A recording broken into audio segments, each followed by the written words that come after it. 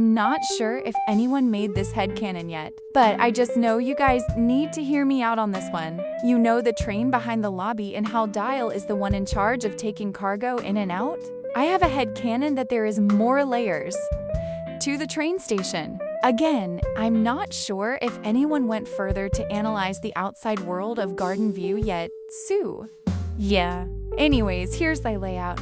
There's the main entrance to the human world and Garden View, right? What if there were 3 more rooms that hold significance and more information about Delilah and Arthur's legacy? For example, the 2 petals in the lower area can be other cartoon shows.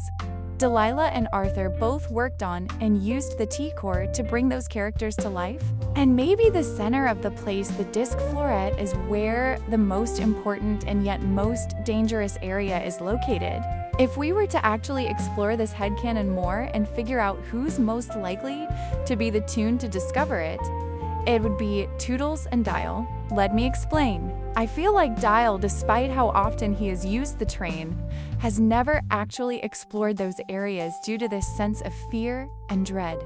Toodles could be the tune that someone activates this journey. I don't have a lot of other ways to add on to this besides the following. 1, Dial later finds out Toodles hopped into the train when he sees her jump off and head to the first station, which he has to run after her. 2, after finding Toodles, he himself finds out some more information about Delilah and Arthur. Thankfully, Toodles doesn't really have full understanding of said information. 3, Dial cannot move the train back since that'll mess up the entire electric system. He did that last time back when Garden View was open. And that's pretty much it for the headcanon. Fuck it, we ball with it. This is more than a headcanon. This is an entire fanfic I'm legit imagining. Should I make a Wattpad out of this? Let me know in the comments. Hopefully I don't lose passion on this project. This is actually an amazing concept. Anyways, bye-bye. I have more. Mostly because YouTube wouldn't let me make this into a video and it read it as a short. Anyways, here's some more freaking ideas of this concept. Station number 2, the Custard Pals. The Custard Pals are essentially this small gag where 3 animated desserts would sing covers of different songs. It is the first passion project that Arthur has ever made. This little thing took place in the 1960s when Arthur was still new to art. However, due to how its style wasn't really as eye-catching around this time period, it wasn't successful enough to have its own individual show. But when Dandy's World started to gain so much popularity, Delilah decided to secretly open a new station that involved some stories about Arthur's journey during their 5th year anniversary. She even brought the 3 characters to life as well. Well, we know what happens to the tunes way the place got shut down. They became twisted, but since they're the only copies of their characters, the I-Core evolves them to become more and more hostile, more powerful, and more dangerous than any regular Twisted. When I mean regular Twisteds, I meant the mains.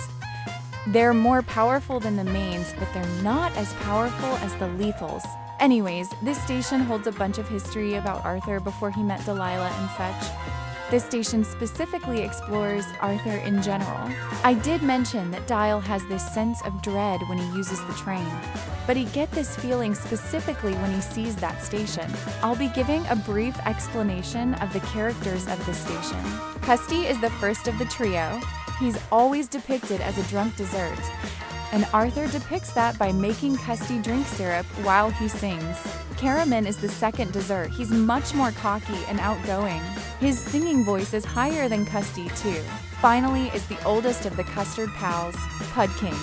Well, he's not really a king, though. He's the average, wise, and yet cranky older man. So Arthur made his singing voice more lower than Custy. Also, the trio would switch to the middle from time to time based on the song they're going to sing. I'll give a couple of crumbs of lore I made up for Arthur. 1, Arthur originally named these characters the Sweetie Trio when he first made this show. But Custard Pals felt more appealing, despite one of them not actually including custard. 2, since this was around the 1960s, Arthur's unable to publish his work until 1968. That is all you're getting. Station number 3, Blue Maniac. Blue Maniac is essentially an adult short film that was first published. In 1971, it was created by 3 women.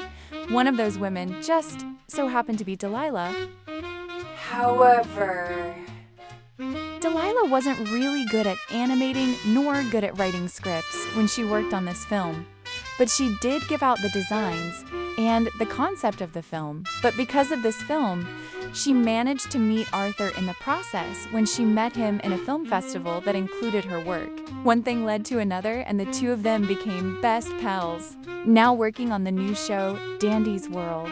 Like in the Custard Pals, Blue Maniac has its own station about Delilah's history, which didn't include how she actually manages to make them the tunes come to life in the AU, of course. This will be easy to give a summary of this character. Hey, the flower is named Blue.